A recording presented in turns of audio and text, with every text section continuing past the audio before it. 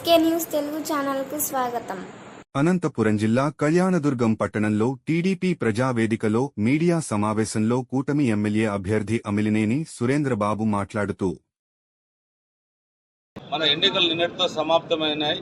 ప్రతి ఒక్కరు కూడా ఎన్నికల సమాప్తం ముందు ఎన్నికల్లో పాల్గొన్నారంటే అత్యధిక పర్సెంటేజ్ పోలైందంటే మన రాష్ట్రంలోనే మన కళ్యాణదుర్గం నియోజకవర్గం అత్యంత పర్సెంటేజ్ పోలైన నియోజకవర్గంగా ఉంది.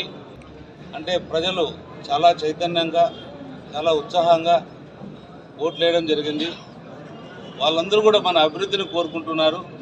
మన ప్రాంత అభివృద్ధి కావాలని ప్రతి ఒక్క ముఖ్యంగా యువకులు కూడా తండోపతండాలుగా ఎక్కడ దేశ విదేశాల నుంచి కానీ రకరకాల ప్రాంతాల నుంచి కానీ వచ్చి ఓట్లు వేయడం జరిగింది.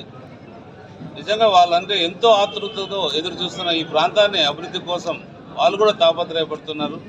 అలాగే చాలామంది పెద్దవాళ్ళు, చాలామంది రైతులు వాళ్ళు కూడా ఈ అభివృద్ధి కావాలనుకునే క్రమంలోనే ఇంత పోలింగ్ జరగడానికి నాంది. నాకు తెలిసి ఇంతవరకు కూడా ఇప్పుడు కళ్యాణదుర్గం ప్రాంతంలో ఇంత పర్సెంటేజ్ ఆఫ్ పోలింగ్ కాలేదు. ఏది ఏమైనా కూడా మనమందరం కూడా అభివృద్ధి చేసుకోవాల్సిన సమయం దగ్గరలో ఉంది. జూన్ 4వ తారీఖు దీనికి సంబంధించి ఎన్నికకు సంబంధించి రిజల్ట్ కూడా రాబోతుంది. మనం విజయడంగా ఎగరైపోతున్నాం. కానీ ప్రజలు అందరూ కూడా ఈ మనం ఏదైతే హామీలు ఇచ్చామో ఆ హామీలన్నీ కూడా నెరవేర్చడానికి ఖచ్చితంగా మనం గెలిచిన తర్వాత కృషి చేస్తానని మనం ముఖ్యంగా వాళ్ళందరూ ఒకటే అడుగుతున్నారు. భైరవానితిప్ప ప్రాజెక్టు సంబంధించి 114 చెరువులు నీళ్ళు అడుగుతున్నారు. అలాగే రోడ్లు ఏవైతే ఉన్నాయో గ్రామీణ ప్రాంతాలకు సంబంధించి రోడ్లు అడుగుతున్నారు. మన కళ్యాణదుర్గం పట్టణానికి అభివృద్ధి కావాలని అడుగుతున్నారు. యువకులకు ఉపాధి కావాలని అడుగుతున్నారు. మనం సూపర్ 6 పథకాలతో పాటు మనం కూడా ఒక మేనిఫెస్టో, ఈ ప్రాంతానికి సంబంధించి ఒక మేనిఫెస్టో కూడా తయారు చేసి ప్రజల ముందు పెట్టాం. దాన్ని కూడా నెరవేరుస్తాం. ఏదేమైనా కూడా చంద్రబాబు నాయుడు గారు ముఖ్యమంత్రి కావడం అని అన్ని సర్వేలు కూడా చెప్తున్నాయి. ఖచ్చితంగా ఏదైతే ఉన్నాయో దాంట్లో అనుగుణంగానే మనం కూడా చంద్రబాబు నాయుడు గారితో మాట్లాడి మన ప్రాంతానికి కావాల్సిన నిధులు తీసుకొచ్చే బాధ్యత నేను తీసుకుంటానని, ప్రజల పక్షాన్ని ఎప్పుడు కూడా ఉంటానని నేను తెలియజేస్తున్నాను. అలాగే ముఖ్యంగా మా పార్టీ నాయకులు, కార్యకర్తలు వాళ్ళకి చాలా అద్భుతంగా కష్టపడ్డారు. ఎందుకంటే ఈ ప్రాంతంలో ముందు రకరకాలుగా ఉండేది మీ అందరికీ తెలుసు. కానీ అందరూ కూడా చంద్రబాబు నాయుడు అనే గ్రూప్ కింద రావడం, తెలుగుదేశం పార్టీ గ్రూప్ కిందకి రావడం, అందరూ కూడా కలిసికట్టుగా పనిచేయడం, కుల మతాలకు అతీతంగా ఏదానికి కూడా అవకాశం ఇవ్వకోకుండా ప్రతి ఒక్కరు కూడా కలిసి పనిచేసి మన పార్టీ కార్యకర్తలందరూ ఉత్సాహపరచడం. ఎప్పుడైతే కార్యకర్తలు ఉత్సాహంగా ఉన్నారో ప్రజలు కూడా ఉత్సాహంగా ముందుకు వచ్చి ఓట్లు వేయడం జరిగింది.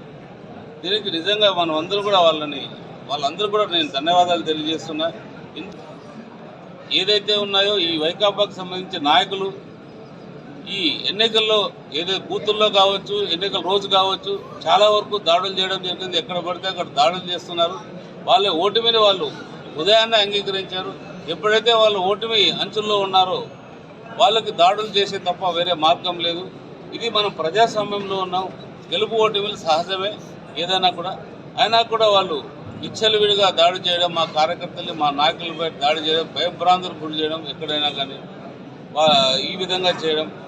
దాంతోపాటు ఈరోజు జరిగిన కొత్తూరు ఘటన కూడా చాలా దురదృష్టకరం.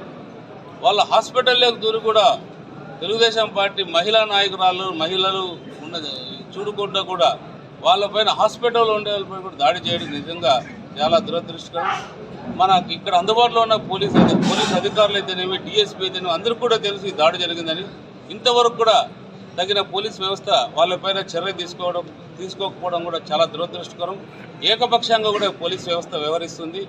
ఇది చాలా ప్రజాస్వామ్యానికి ప్రమాదకరంగా పయనిస్తుంది. ఇది మంచిది కాదు. వాళ్ళు కూడా తెలుసుకోవాల్సిన అవసరం ఎంతైనా ఉంది. మేము కూడా పోలీస్ వ్యవస్థను గౌరవిస్తూనే ఉన్నాం. కానీ వాళ్ళ గౌరవాన్ని కాదని వాళ్ళు ప్రజాస్వామ్యబద్ధంగా కూడా ఏది వ్యవహరించట్లేదు. ఏది ఏమైనా కూడా మేము మా నాయకులకి, పార్టీ కార్యకర్తలకి అండగా ఉంటాం. ఏ విధమైన సపోర్ట్ కావాలన్నా కూడా వాళ్ళకి అండగా ఉండి ప్రజాస్వామ్యబద్ధంగా ఎన్నుకుంటాం. వాళ్ళకి మనోధైర్యంగా కూడా మేము నిలబెడతాం.